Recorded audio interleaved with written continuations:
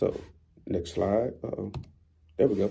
So typical day of a network engineer. That was my job. I worked for, again, I spent 9 years at a major cell phone company. So let me tell you how a cell phone works. So basically, when you hit call, that data goes to a cell tower. So you see this picture on the left here? Pretty sure y'all have seen a lot of these around the city. There's probably one or two outside of your school somewhere. I'm positive of it, because we've had to install these, install, troubleshoot, and be sure that we keep up with these towers that are around the school, because your school is getting faster and faster Wi-Fi. The cell phone signal is getting better. The service is getting better. So these is where we made our money. Now, I wasn't the guy to climb up to the top of these bad boys. No, I'm scared of heights. Although I jumped out of planes, climbing up to the top of a tower and dangling off the side, it was just a no for me. But there is definitely a way to get into this industry. So again, going over how the cell phone works. Let me move my little picture over here. So when you hit a call, when you hit send on the phone, or you hit send on that text message, what it does is goes to a nearby cell tower.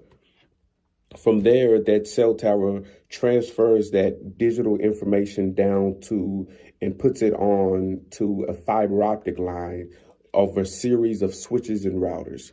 These switches and routers are known as the OTGN, which is it's an acronym for the greater network. It's a big network of switches and routers that all connect to each other.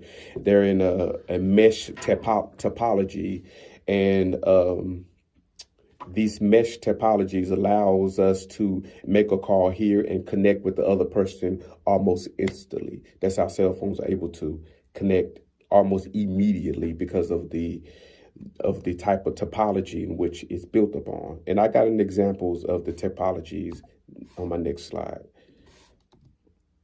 So again, I said it goes through a series of switches and routers which make up the topology, and the switches, they connect multiple devices to a network. The network is whoever your service provider is. Then the service provider is probably the owners of these switches and routers. So like a lot of people have AT&T, or here in Dallas, a lot of people have AT&T, Cox,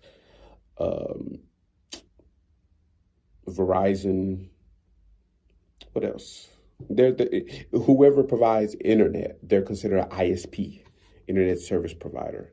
So again, a switch connects multiple devices to one network. So think about everybody has a bunch of Ethernet cables in the classroom. They all go into one network that goes out into the internet. Or when you connect your cell phones to into the Wi-Fi that goes out into the internet. That's the same thing as a switch.